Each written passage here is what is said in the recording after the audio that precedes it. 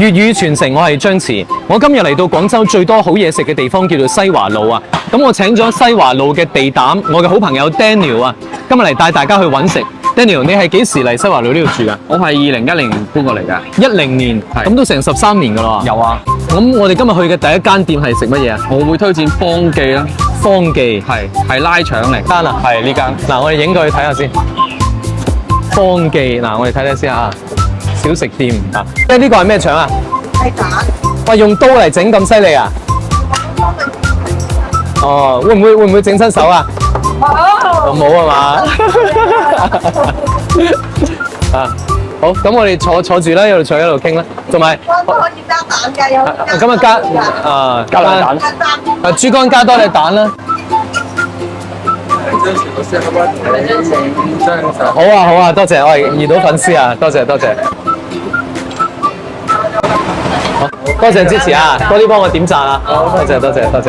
好，其實你係喺廣州都30幾年啦，係咪啊？啊，我廣州人嚟㗎。廣州人係啦，即係40年㗎啦。40年。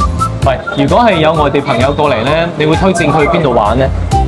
我會推薦廣州西關同埋東山、老東山、老西關都係幾百年歷史㗎啦。即係傳統嘅永慶坊啊、恩寧路啊。係啊。但係點解你唔推薦大家去廣州塔啊、爬堤啊、珠江花城廣場啊呢啲地方咧？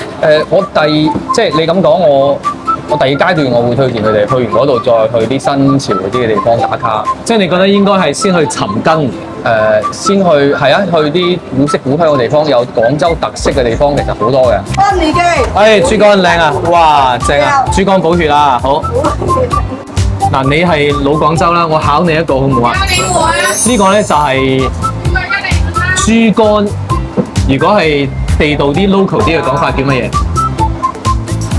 豬肝，我一般都叫豬肝嘅喎。豬潤，豬潤都有人叫豬潤㗎嘛，係咪？不過可能而家大家好少叫豬潤啦。係。但係如果你翻到我哋讀小學、中學嗰陣咧，你去嗰啲拉腸店咧，可能人哋都話豬潤腸。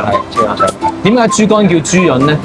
你諗下，潤咧係同濕潤有關，咁咪補血。